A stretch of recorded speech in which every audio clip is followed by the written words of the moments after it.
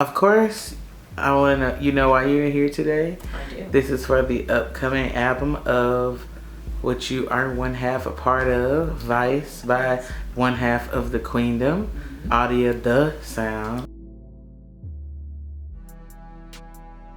Let me know what your definition of vice is. A vice is a tangible or intangible substance, idea, emotion that could either positively or negatively affect your life. When it comes to the emotional aspects, I kind of base that off of, the 7 bad fruits in the Bible, as far as like jealousy, anger, envy, and so on and so forth, gluttony, all that, like that and more. And vices, like tangible vices as far as drugs, going from alcohol, because alcohol is still considered a drug, it's just legal. And all the hard shit, from alcohol to hard shit, it's those are vices as well. Alcohol is my drug. Hey, tell me, what is your preferred vice or vices, if you have more than one? okay. And yeah. My preferred vices, my tangible ones, are alcohol, more specifically vodka, tequila, cocktail, Moscow Mule, plum wine, and then marijuana, of course. And that's it. So alcohol and weed. Yeah. All this drinking gonna catch you. All this okay gonna catch you. But yeah, so how has that impacted your life? Well, I think I can answer that by just starting off with my relationship with vices in general. I was raised under a Nigerian household, and when it comes to the specific vices that I partake in, alcohol is something that I'm very much so familiar with, because my dad always had a bar, like a little mini bar of wine, all drinks. Okay, so I was always around it. He would always speak to me about knowing my limit, and being careful when it comes to the use of alcohol. Now, when he spoke about marijuana, he was not that much in favor of the usage of it. He would associate the users of marijuana with laziness, stupidity, just lacking in all areas of their life, if you use it regularly or use it, period. And I grew up with just an interesting relationship with marijuana and alcohol in general, where it's like I always felt the need to be cautious when partaking, period. I remember when I started smoking weed initially, after a few takes, I would have a period of paranoia where it's like, oh my God, what if my dad finds out? Oh my God, I'm a failure. Oh my God, why am I doing this? My mother would be ashamed. My father would be ashamed. Everybody would be ashamed. Like, I would literally be having like a 5 to 10 minute episode of just panic. And then I would have to use an additional 5 to 10 minutes of calming myself the fuck down before I can actually enjoy the high. And now, I don't smoke marijuana as much as I used to. I just use it as a way to reward myself for hard work. And yeah. But with alcohol, I think, even on a stressful day, just reward myself with a little plum wine, little cocktail. It's not something that I don't partake in either one of the vices every day. Okay, so it's situational. So basically, like when you aggravated, frustrated, happy, mad, or sad. You asking me when do I do it? No, I'm just listing those emotions. Those are the times when you reach for your vice. When you're in your emotions. So it doesn't matter if you're happy, if you're sad, if you're mad, if you're frustrated, joyful, cheerful. At those times are the times when I reward myself. It doesn't matter.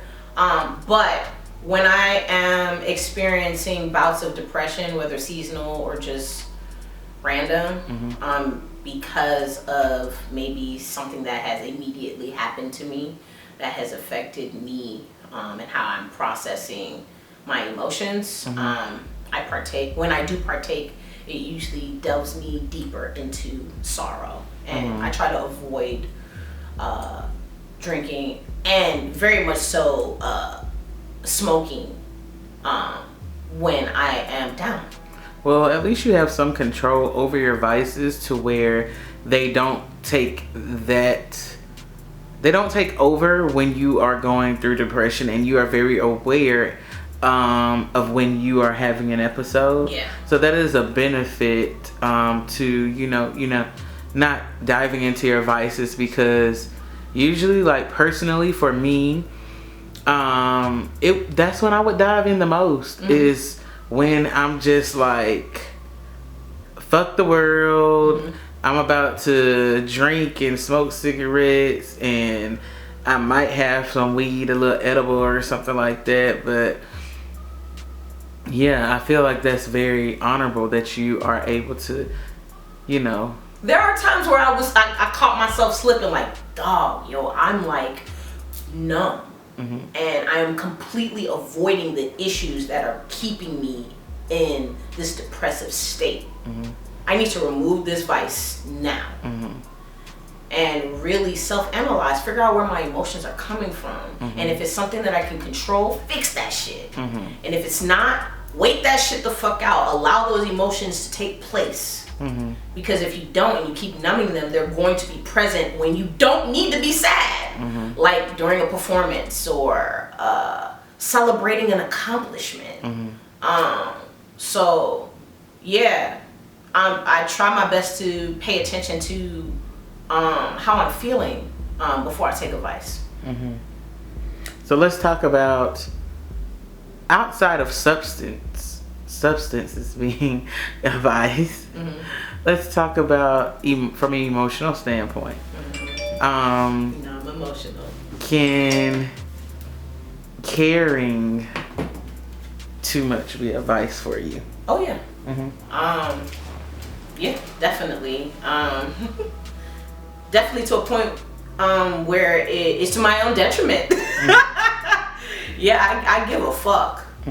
I all the time about everyone. The well-being of people that are around me is important.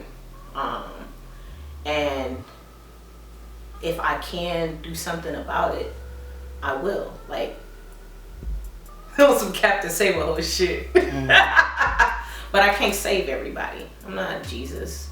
Like, do you think that, like, I see, because I remember an instant of you, we were at the A3C festival, and I was mad as fuck at y'all.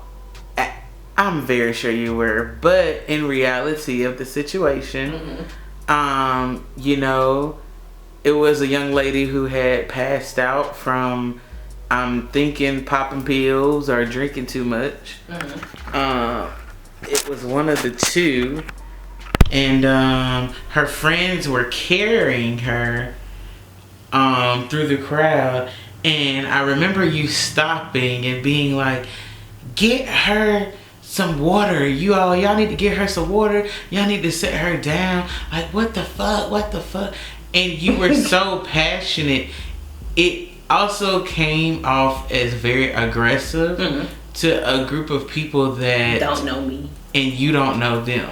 And I disregarded the fact that I didn't know them. I was just like, this bitch might be dying. But it give also, her some water. I'm not even gonna say it was a substance that made her feel like that. It also could be a health condition. And those that were in her friend group would be able to handle that situation properly. And from that experience, I feel like it showed that, yeah, in reality, you probably do care way too much about things that are not under my concern. I do struggle with do struggle with determining when and when not to mind my business. And if I do decide to not mind my business, to what extent should I? It's definitely something that I struggle with. Because whether I know you or not, if I see something is wrong, I would innately, for me, I would want to do something about it. But I've learned to dial that down and be more selective when it comes to choosing my times to put on my superhero cape. I guess you could say I have a superhero complex. Yeah, I can admit that. I ain't got no problem with that. I've been put in situations where I've had to do that several times for family members, especially after my mom passed. If I didn't put on my superhero cape in some of those instances after my mother passed, me and my siblings would be down bad. Let us dive into the passing of your mom and the effect that it has had not only on your family and you, but also how it has had contribution to your choice of vices and the way that you navigate through life. Okay, so I can start off with the relationship that I had with my mother and then delve into her, passing and how that affected me. So I wasn't very close to my mother. It was probably because of cultural reasons. My parents are Nigerian. So the mother-daughter dynamic wasn't as strong as I would have loved it to be. I didn't learn as much about I learned a lot about my mother after her passing, all the influence that she had on the Nigerian community here and shit globally. There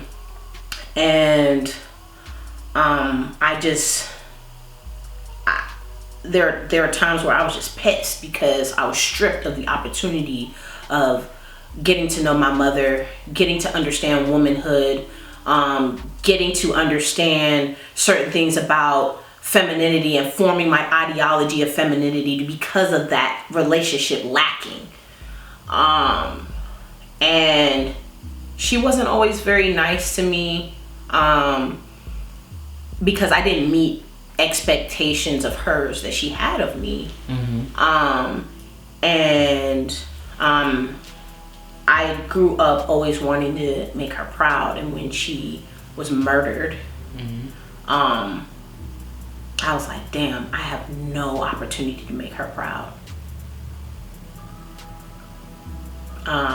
But because of the mother-daughter disconnect, I was able to initially not express too much emotion because it's just like, all right, I'm not gonna say I ain't really fuck with my mom like that anyway, so it's just like, I'm gonna hold it down because we here, but at the end of the day, that's kind of how I had to process it, because my siblings were not okay. My brother was way too young. My sister actually found my mother dead, right? And my dad, that's the love of his life. So dad was suicidal, sister was suicidal.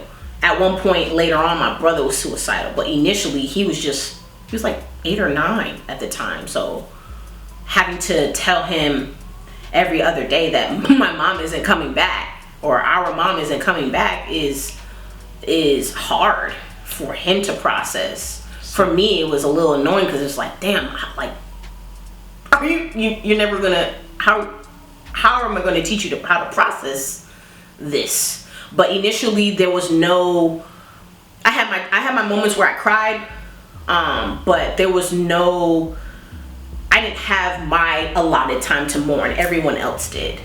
It wasn't until maybe after I graduated from college where I had to sit with myself and how I felt about myself and how I felt about my family and all the shit that we had gone through, where I'm just like, damn, I've spent a lot of my time making sure everyone else is straight. Am I okay? And do I know who I am? Mm. And do I know what I want in life? Mm-hmm. And is my mom proud of me? Mm-hmm. And yeah. So, but yeah, as far as, you know, how my relationship with marijuana and alcohol after my mom passing, I didn't really start indulging until after college. mm-hmm. Just trying to escape, or not even necessarily trying to escape, but trying to just lift the shame of not focusing on who I am, and taking care of myself. Mm-hmm. And you know, but it didn't really lift shit, because you know, you drink and you smoke and you cross and you feeling good, or you take each of those vices separately and you feeling good, but when you sober up, your reality is still unfixed. Mm-hmm. Or whatever issues are still there. Mm-hmm. And that's kind of how I see all vices now. Like, I don't want to, I mean, I eventually want to try another vice, like maybe shrooms or something, but I know that regardless of what vice I partake in, when I sober up, I still have to face my reality, and I need to make sure that I'm comfortable in my reality, or that my reality is positive, that success is still taking place, Mm-hmm. That I'm still able in many ways to be and do whatever the fuck I want. And to, you know, make sure that those things that I want and need are actually good for me. Mm-hmm. I don't want to be in la la land and my fucking reality is in shambles. Mm-hmm. I'll be damned, because I have a lot of motherfuckers to prove wrong in aspects of just the Nigerian community, my parents, because I'm not only a creative, which is not okay in a Nigerian household, but I'm also queer. So with me being those things, I'm not meeting the expectations that have literally been put on me since shit before I was born. Mm-hmm. Before I was fathomed. Shit.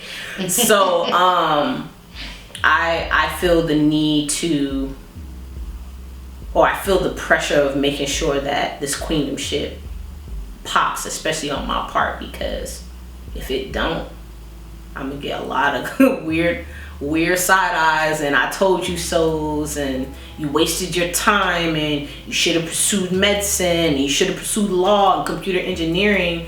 Like, I should have stayed, you should have stayed within the limitations I put you in. And it's like, I want to go beyond that. I've always been a creative. I always will be. I do not feel alive unless I'm creating. Period.